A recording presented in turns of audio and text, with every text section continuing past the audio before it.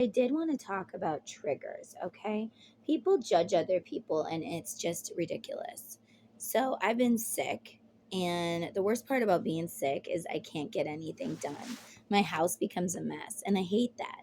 My home being messy triggers me in a way it doesn't trigger a normal person.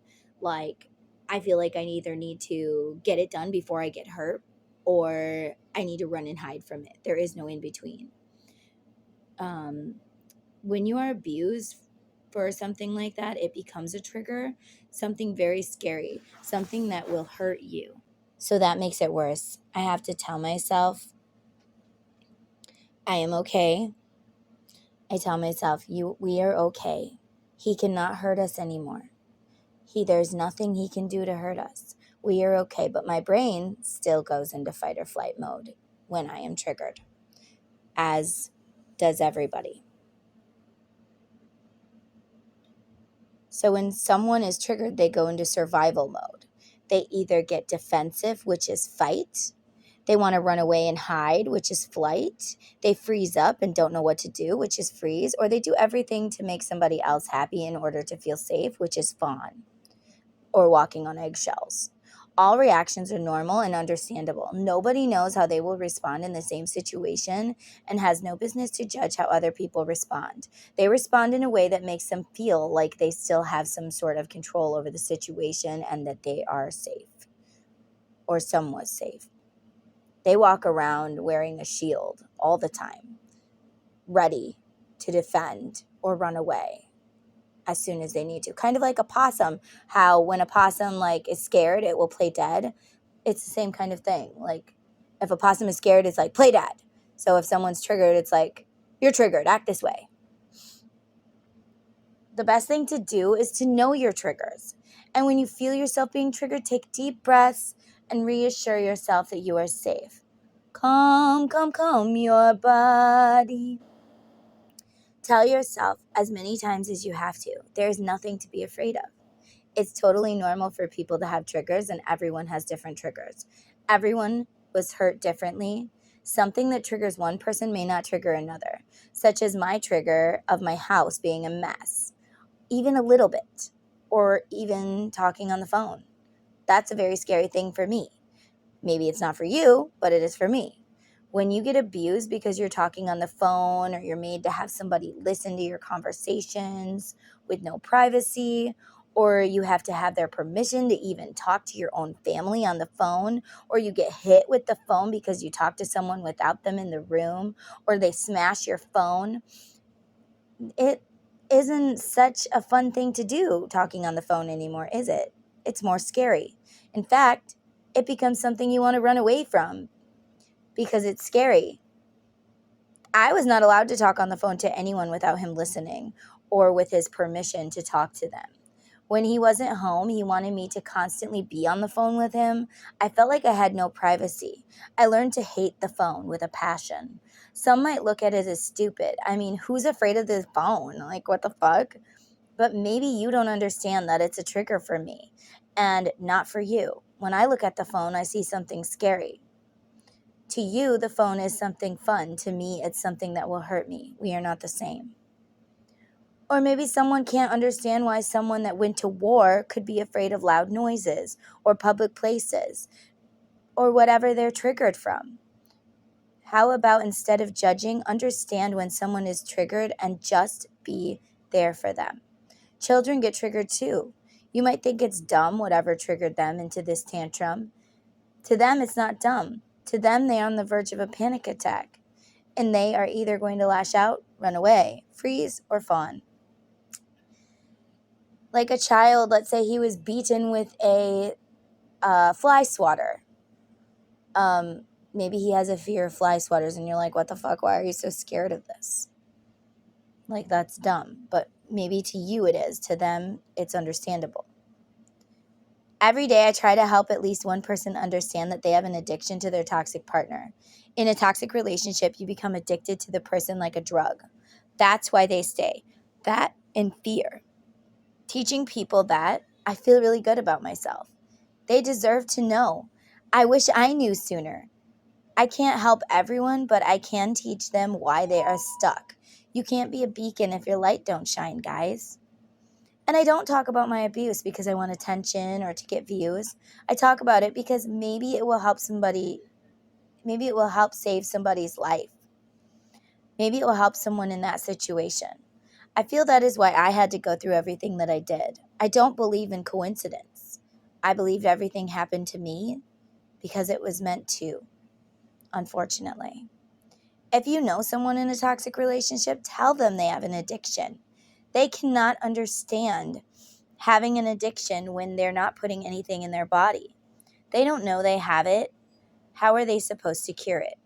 I, too, used to wonder why a woman would stay with a man who abused her, or a man would stay with a woman who abused him. And yes, women can abuse men.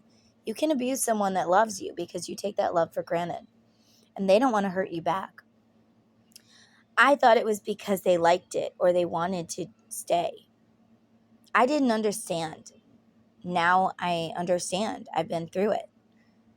So I try to spread awareness. And if all of you guys could spread awareness too, letting people know that they have addiction, even though they're not snorting a line of cocaine or whatever, they still have an addiction in their brain. Because when somebody gives you little breadcrumbs of love, you get a dopamine hit every time when it's so few and far between. Like, oh my God, he loves me.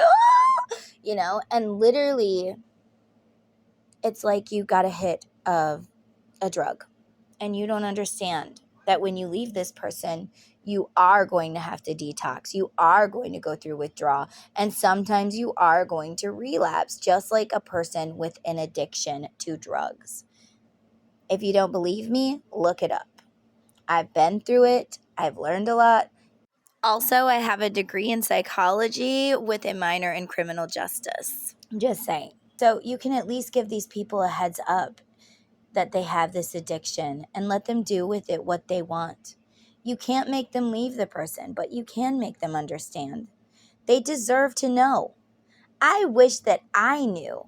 I wish when the cops and the EMTs and the doctors were taking care of me after my abuse, fixing up my broken optical bone, I wish somebody would have told me that I had an addiction and I was about to be going through withdrawal and detox and I was going to feel like I needed him or I would die.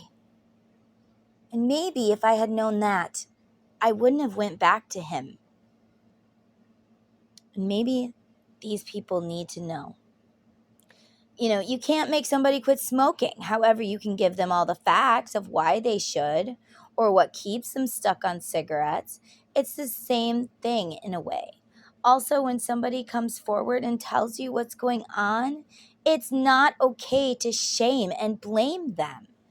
They didn't come to you sooner, so you're mad at them. No, you should be like, oh my gosh, and be understanding. They are a warrior and they're afraid. You should be thankful that they are coming to you at all. They are only coming to you because no longer do they feel that they have control of this situation. No longer can they handle it by themselves. And they need help. They need your help and your advice. They need a safe place to stay. They need love and compassion. They don't need shame and they don't need guilt. Be understanding. Be the shoulder that they need. Listen instead of talk. Instead of making them feel guilty and like it was a mistake to even come to you in the first place. Don't tell them, well, you're the stupid, dumb idiot that stayed. You don't understand why they stayed. They have their own reasons. Maybe it's the addiction. Maybe it's fear. Maybe it's they thought they would lose this or that. Maybe they had nowhere to go. Maybe they couldn't get out because they had a dog that was sick and they couldn't afford their medicine. You don't know what their reasons are, and you have no business to judge unless you were in the exact same situation. And even then, everyone handles the same situation differently. I might run and hide where you might lash out, scream, fight because you feel so uncontrollable, because you feel so broken. And it's okay to fall apart. It's okay to have a bad day. It is. Everybody has a bad day. Do you know how often, not as much anymore, but do you know how often after he left, I would just have a day where I would go and bring my kids in my bed and we would just sit in there all day watching movies because I couldn't handle the fact to go out there. I couldn't get my butt up and clean my house, not because I was lazy, but because I was triggered and I was withdrawing and I was detoxing and I was scared. And even years later, it's easy to relapse too. Just like an addiction to a drug. You have an addiction to the love that they give you. But the thing that you don't understand is that little bit of love, it's not real love, it's fake love. They're love bombing you. They're giving you love when it's convenient for them. They're giving you love when they want to have sex with you. They're giving you love when they want you to do something. Or my favorite thing is after they beat the fuck out of you, they give you a little bit of love so you stay. I didn't mean it. I would have never done it. I'm sick. My head's fucked up. I had a bad childhood. Or, my favorite, you deserved it. Look what you did. If you didn't do this, I wouldn't have had to do that. Tell them to take their love crumbs and their hits of dopamine and shove it where the sun don't shine, because I am sick of dealing with your little fake ass. You can take those crocodile tears and all that goes with it and skedaddle, because I can go through this detox. You might not be able to give up your addiction. You might not be able to fix yourself. Maybe you don't see a problem with your behavior, but I am stronger than you, and I can give up my addiction. I can do that. And when people decide, hey, I'm going to give up my addiction, I need somebody to rely on. They need somebody that they can call up, and that person doesn't judge them, but they listen and they talk to them and they give them love, or they can go see that person. My friend Amy and my friend Adam, when I was going through the worst parts of my life and all I needed was a friend, and I reached out to friends. I reached out to people I hadn't talked to in years, and I was like, hey, maybe we could be friends. I could really use a friend. Maybe we could have play dates. My kids could really use some new friends too, you know? But a lot of them shamed me or didn't want to be my friend because it's been so long. And I understand that. But when somebody comes to you and they confide in you and they trust you, don't shame them. Don't shame them. Share your stories with them. Tell them how strong they are. Make sure they know that they're not a victim. They're a warrior. They're a survivor. Do you know how many domestic violence people hate talking about their story because they're shamed? And because people sit there and they're like, well, you're just a victim. You're stupid. No, they're not a victim. They're a warrior. They wore that armor and they did it well. And now they need you to help them come out of their armor and back into love, back into life, back into that, because you don't understand what it's like. It's like you live in a dark hole and you can't get out. Watch the show Made. It describes perfectly.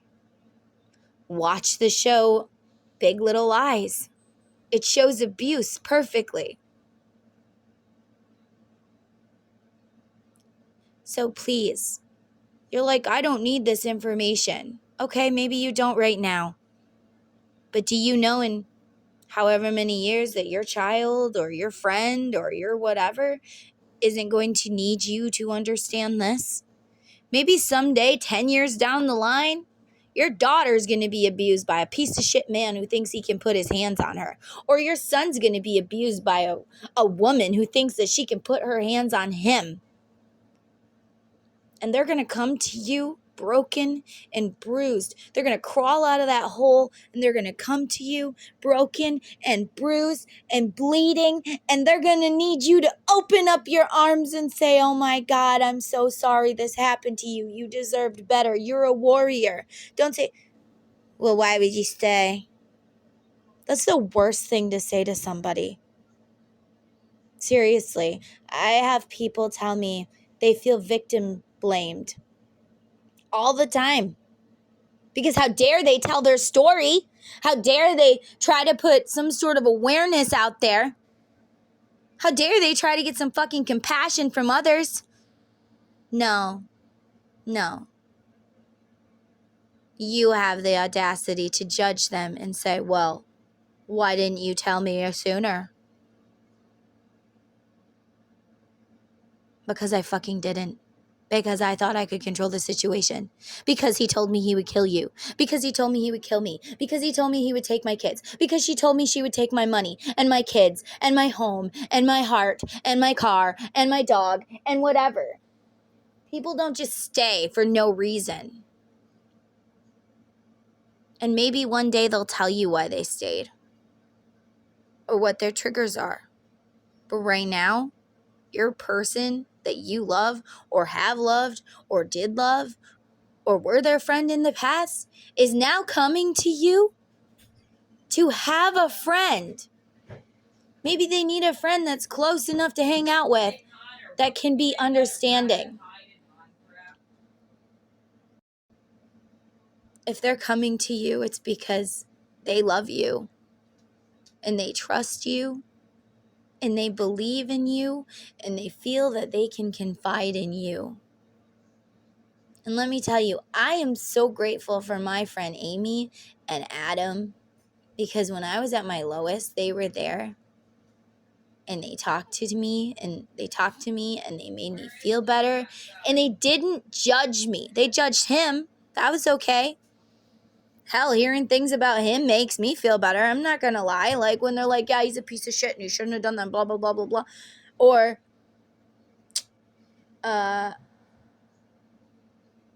you know, like when you talk about child abuse and they're like, well, a child abuser belongs in the ground, not in jail. Things like that actually make you feel better. Like, yeah, you know, you're on my page. You're on my side. Because there are so many flying monkeys coming at them, maybe the mother-in-law or, you know, all of their friends and family. All of their friends are that person's friends too. They don't have any friends. Maybe they have no friends at all, and they're coming to you after years of not talking to you, asking for you to just be their friend. Because at one point in their life, they trusted you. At one point in their life, you were a safe place for them. And I'm not saying my friends were the only people. Like, I had a ton of family members. My mom, my dad, my sister, my sister's husband even. Like, there were a lot of people that helped me. But there were a lot of people that shamed me too. So I'm not shaming you. If you feel victim blamed because of me, please understand I'm not shaming you. I am spreading awareness. And if you could spread awareness too, if you could share your story, I know it's so scary and it's so awful and people shame you, but that's because you're with the wrong damn people. If I tell my ex-husband's mom what he did to me, you know I called her on my wedding day. I called her on my fucking wedding day after he choked me while I was pregnant, after he broke my laptop. After all of that, I called her because I thought she would be on my side. But it was all, well, what did you do to make him feel this way? No, bitch, what did you do to make him think that he can put his hands on other people? I am sorry. I am a mother of 5 boys. And if my son's wife came to me he choked me, he beat me, I'm sorry. I would not blame her. I don't care what she said to piss him off. He has no right to put his hands on her. So you may not need this information now, but you don't know when you might need it in the future. So just remember it. So if someone ever does come to you, you can let them know that they have an addiction that they don't know they have, because they are not snorting cocaine. They are not drinking all the time. They are not putting something into their freaking body so they can't understand. And if it's a man, I hate so much when people come to me and say that they were shamed, but even more so when it's a man.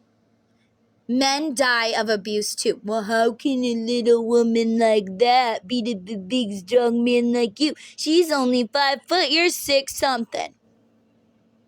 Okay, but he loves her, or he cares about her, or he doesn't want to hurt her. Because 1, he could go to jail. 2, he's teaching his children that it's okay to hit women. He doesn't want to hurt her back because he loves her. He cares for her. He doesn't want her to go to jail. He doesn't tell on her. He makes excuses for her. Not to mention, he's worried that people are going to think he's weak or a pussy or a loser. How come you couldn't, hold your shit? Yeah, men are worried about being judged more than women. He shouldn't be shamed. He should be understood. He should be loved. If he comes to you and he says, my wife abused me, you don't say, oh my God, seriously? How could that happen? It's absolutely possible to happen. Go watch Jodi, what is that movie? Jodi Arias. She literally stabbed her boyfriend in the shower when first she was taking pictures of him. This is a true story. First she was taking pictures of him. He thought they were having a great time, and then she's stabbing him. I think she stabbed him like 72 times. It's so sad. Men think they can't go to the cops because they're going to be the one blamed. And in this society, maybe they are.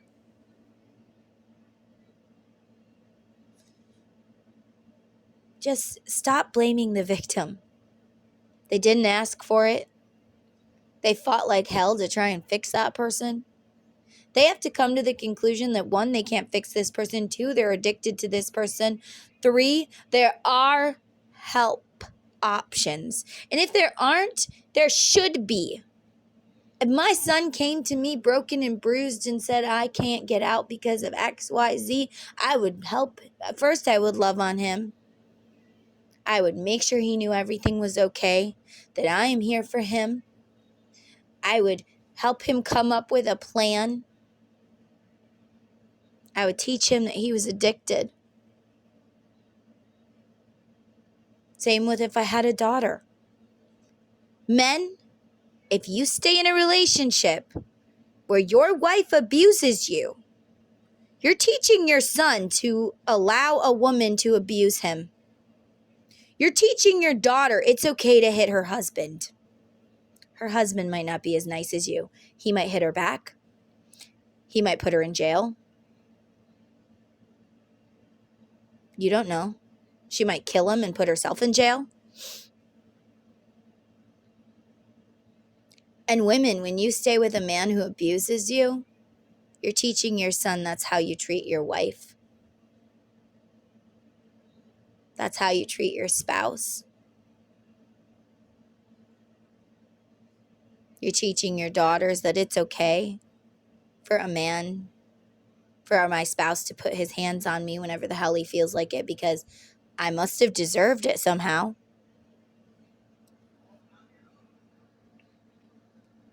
I remember this one time. My ex kicked me in the face, right in the nose. Broke my nose. And then he convinced me that it was my fault. He gaslit me into thinking I sat up too fast and he was trying to step over me and he kicked me in the face. But that wasn't the truth. That wasn't the case. Maybe I chose to believe that because if I believe that, I can stay in my little bubble of we're in love and we're happy. I know of a story where he punched her in the head and then he had her lie to the cops and say she fell. And then he went with that story. He's like, you fell down, you hurt yourself. And she's like, no, I swear you punched me. No, I would never do something like that. Literally, they are master manipulators. They can gaslight you into believing the sky is green. You're just seeing it wrong. Or the grass is blue. You just must be colorblind. They can twist your sense of reality into nothing. And when that don't work, they threaten to kill themselves if you leave. They threaten to kill you if you leave. They threaten to kill your pets if you leave. They threaten this, that, the other thing. I'm going to take the kids. I'm going to take the money. I'm going to take the car. I'm going to take the house. You are blackmailed at that point because they know that their gaslighting no longer works. And you bring them back because you're addicted to the little hit of dopamine that you don't understand that you're addicted to. So please, friends, family members, trusted, lovely souls, give them the information and let them do with it what they will. Or hell, just give them this video. I don't care. Give them this video. That would be great. Share this with them if you don't want to tell them. Save it for later. You don't know if you'll ever need it. Or just store that information in your mind. And it doesn't mean it has to be physical abuse either. It can be just mental, emotional. It's still toxic. It's still there. It's still abuse. He loves me sometimes, but a lot of times he's calling me fat, lazy, worthless. I do everything I can to make him happy. But still, he treats me like I don't matter. He treats me like I'm worthless. Am I worthless? He treats me that everything is my fault. He fell down. He said it was my fault. But I know I didn't push him. But then he convinced me that I must have accidentally got in his way somehow. So it must be the truth because he would never lie to me. He would never gaslight me. He would never do those things, right? He doesn't do this because he doesn't love me. He does it because he's sick. His mother was a terrible mother. She gave him up for adoption when he was a teenager. Put him in foster care. His aunt and uncle had to raise him for a few years. His uncle abused his aunt, drug her by the hair, down the driveway, teaching him it's okay to beat his wife. He just has issues, right? He doesn't do this because he doesn't love me. He loves me. That's why he tries. He loves me. That's why he gives me little bits of love sometimes. I'm sorry, sweetheart. He doesn't love you. A being that has a black hole where his heart should be is incapable of loving someone. He can't even love himself.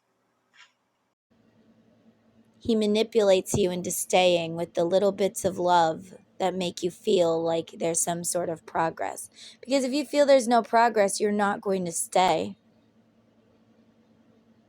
I mean, would you stay in a dead-end job where you start at minimum wage and you make no money? Like a waitress. Let's go with a waitress. Ask the waitress how much she made an hour. And guys, I'm sorry, I'm sick. I know.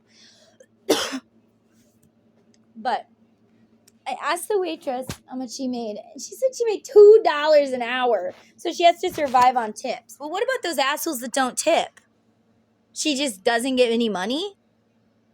Waitresses should get minimum wage at the least plus tips. I always tip my waitress really good, but a lot of people don't. It's ridiculous. So anyways, let's say you're a waitress or a waiter. You make $2 an hour. You never get any tips. For some reason, nobody leaves you tips. You're making $2 an hour. You're basically paying your babysitter so that you can go to work, and you're getting no money. You're making nothing. Would you stay there, or would you get a new job? Think of it like that. There is no improvement. If there is no improvement, it's time to go. Plain and simple. It's sad and it's hard, but that's a harsh reality that we all have to deal with, because there is no improvement in the situation. There's excuses, there's gaslighting, there's manipulation, there's twisting your reality to believe something that isn't the truth. There's pain, there's heartache, there's broken bones, there's blood, lots of blood.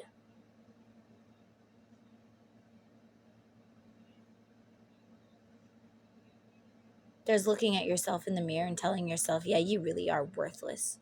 You're a disgusting fat pig. No wonder he treats you like this.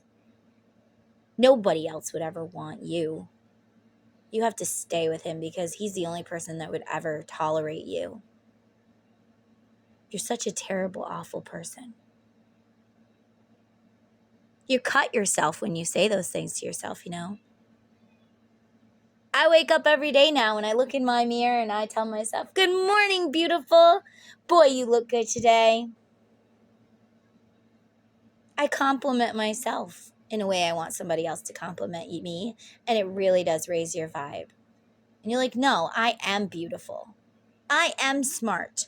I am lucky. I know the way it really happened. You can try and twist the reality that it wasn't your fault, but we all know the truth, and it is. You can believe whatever you want, but I don't have to. And you can believe it over there. I don't wish you death. I want you to eat, just not at my table. Ever again. Or maybe you do wish them death. That's totally up to you, how you feel about things. Oh gosh, guys, I hate being sick. Anyways, I'm gonna go. But please, you're being abused. And you have no one to talk to. Come talk to me. I'm on Facebook. Abused, angry, pissed off. Housewife. I'm also Witchy Sabrina 691111 tarot card reader on YouTube. I have a lot more subscribers there. And I accidentally did post a reading to this channel the other day. But it was a good one. And it was about abuse. So I did leave it. I was like, fuck it. Maybe somebody needs to hear it. I don't believe in coincidence. And if somebody comes to you, they need you, just listen. You don't have to judge them. You don't have to agree with them. But you can listen and you can be there for them. Because if you ever loved them even once, maybe you could love them again. Maybe you could remember that love. I love you guys, and remember, you're stronger than you think you are. Just keep pushing forward. And however you cope is how you cope. And whatever triggers you is how you are triggered. And when you feel triggered, just breathe. Deep, deep, deep, deep breath, like you're smoking a cigarette. Like in through the nose, really fill up your lungs, and out through the mouth. Until your stomach is empty. Or your lungs are completely empty. You know what I mean? That really does help to lower the stress. I love you guys. Bye.